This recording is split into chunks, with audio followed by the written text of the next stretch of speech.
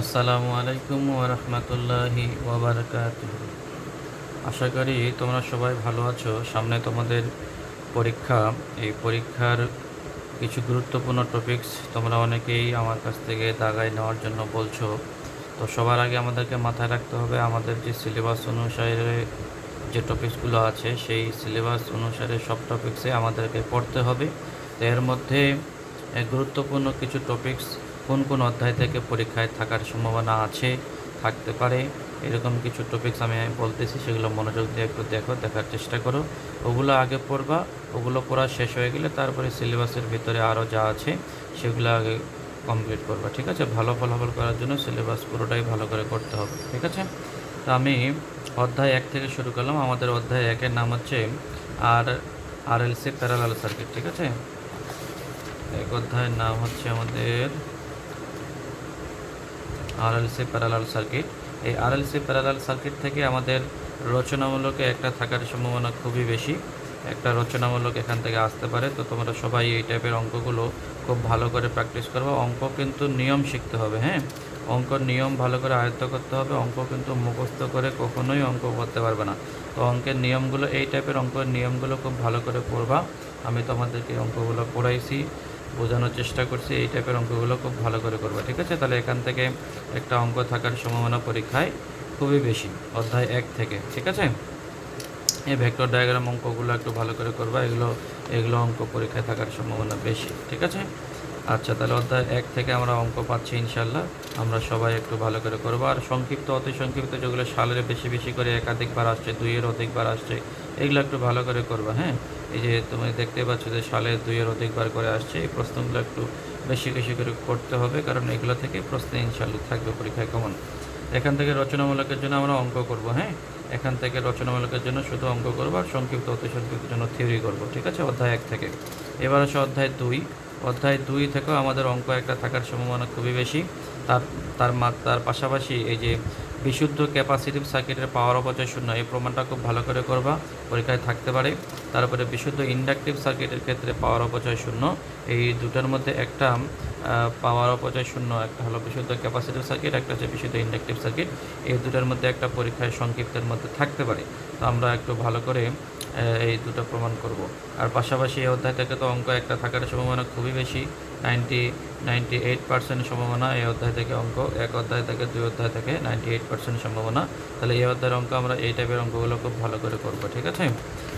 এই টাইপের অঙ্কগুলো আমরা খুব ভালো করে করব। অঙ্ক নিয়ম শিখবো আমরা, নিয়ম, অঙ্কের নিয়ম ভালো করে আয়ত্ত করলেই আমরা যে কোনো অঙ্ক পরীক্ষায় আসলে আমরা দিতে পারবো। তাহলে অধ্যায় 1 এবং অধ্যায় 2, এই 2 অধ্যায় মিলে 2টা অঙ্ক থাকতে পারে, অথবা একটা তো থাকবেই। তাহলে আমরা অধ্যায় 2-এর অঙ্ক খুব ভালো করে করব। ঠিক আছে? অধ্যায় 2 থেকে তাহলে রচনামূলকে কী আসবে? অঙ্ক আসবে। আর এই প্রমাণগুলো, এই প্রমাণগুলো সংক্ষিপ্তের মধ্যে যে সালের প্রশ্নগুলো আছে, এগুলো তো অবশ্যই পুরো সালের প্রশ্ন, আমি সংক্ষিপ্তের কথা এখন বলতেছি না। তোমরা সংক্ষিপ্তের সালের প্রশ্নগুলো যেগুলো 2-এর অধিকবার আসছে, এগুলো একটু ভালো করে করবো। ঠিক আছে? এই যে প্রমাণ, এই প্রমাণগুলো ভালো করে করবা সংক্ষিপ্তের জন্য। এই প্রমাণগুলো পরীক্ষায় থাকার সম্ভাবনা আছে। তাহলে আমরা রচনামূলকের জন্য কি পড়বো বলছি? রচনামূলকের জন্য অনুশীলনের 2 নাম্বার, অনুশীলনের 3 নাম্বার, বিশুদ্ধ ইন্ডাকটিভ সার্কিটের পাওয়ার অপচয় শূন্য, বিশুদ্ধ ক্যাপাসিটিভ সার্কিটের পাওয়ার অপচয় শূন্য, এই দুটো রচনামূলকের 2 আর 3-এ আছে। এটা সংক্ষিপ্তও আসতে পারে। এই অধ্যায় থেকে অঙ্ক ইম্পর্টেন্ট যেহেতু, হ্যাঁ, এই অধ্যায়ের অঙ্ক আমরা ভালো করে করবো অধ্যায় 2-এর। ঠিক আছে? এবার আসো অধ্যায় 3। অধ্যায় 3-এর যে অঙ্কগুলো আছে এগুলো খুব বেশি ইম্পর্টেন্ট না, তারপরেও সংক্ষিপ্তের জন্য 2-একটা যেগুলো সালে আসছে এগুলো ভালো করে করবা। রচনামূলকের জন্য অধ্যায় 3-এর অঙ্ক ইম্পর্টেন্ট না। ঠিক আছে? অধ্যায় রচনামূলক এখান থেকে অধ্যায় 3 থেকে আসার সম্ভাবনা কম, তো ওই জন্য আমরা স্কিপ করতে পারি। রচনামূলকের জন্য অধ্যায় 3 স্কিপ করতে পারি। হ্যাঁ, অধ্যায় 4-এর রচনামূলক এই প্রমাণটা খুবই ইম্পর্টেন্ট, 99% আসার সম্ভাবনা। এই যে অধ্যায় 4-এর এই প্রমাণটা আমরা খুব ভালো করে করব, 4.1-এর প্রমাণটা। ঠিক আছে?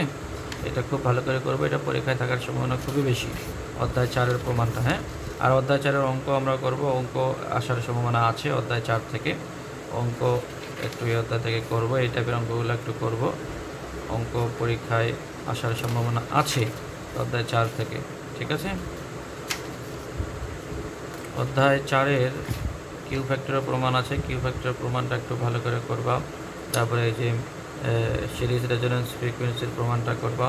এগুলো পরীক্ষায় সংক্ষিপ্ত থাকতে পারে। সংক্ষিপ্তের জন্য তো আমি দাগাই দিচ্ছি না, জাস্ট সালের যেগুলো বেশি বেশি আসছে সেগুলো ভালো করে করব, আমরা এটাই বলতেছি। হ্যাঁ, আর এই অধ্যায় থেকে যে প্রমাণ একটা যেটা বললাম সেটা হচ্ছে এই যে অনুশীলনের 5 নাম্বারটা, এই যে 5 নাম্বারটা, হ্যাঁ, এই 5 নাম্বারটা আমরা খুব ভালো করে করব। এটা পরীক্ষায় থাকার সম্ভাবনা 98%, অধ্যায় 5-এর এই প্রমাণটা। ঠিক আছে, তাহলে আমরা এটা খুব ভালো করে করব। আর কিউ ফ্যাক্টরের এই প্রমাণটা এটা সংক্ষিপ্তের জন্য ইম্পর্টেন্ট। ওকে, এবার হচ্ছে অধ্যায় 5। অধ্যায় 5 থেকে প্রমাণ থাকার সম্ভাবনা আছে। আমি যেটা করতে বলবো সেটা করবো। অধ্যায় 5-এর অঙ্ক মোটামুটি তেমন একটা ইম্পর্টেন্ট না ক বিভাগে আসার জন্য।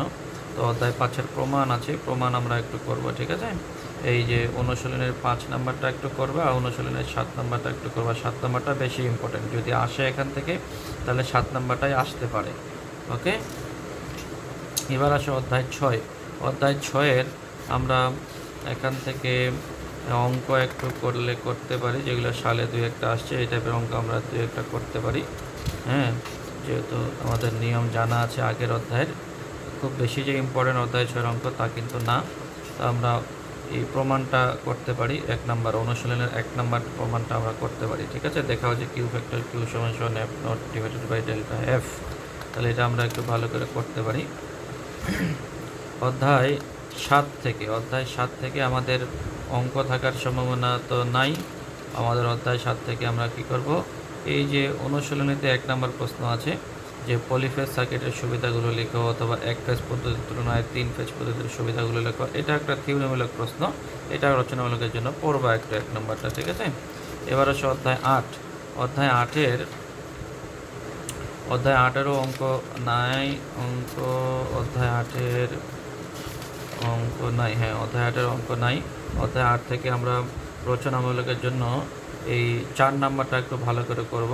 রচনামূলক 4, এখানে এটা আসার সম্ভাবনা আছে 95%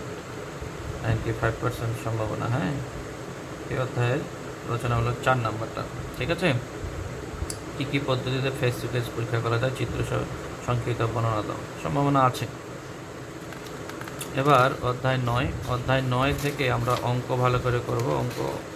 অধ্যায় 9-এর অঙ্ক আসতে পারে। আবার এখান থেকে একটা প্রমাণ খুবই গুরুত্বপূর্ণ, প্রমাণটা আমরা ভালো করে করব।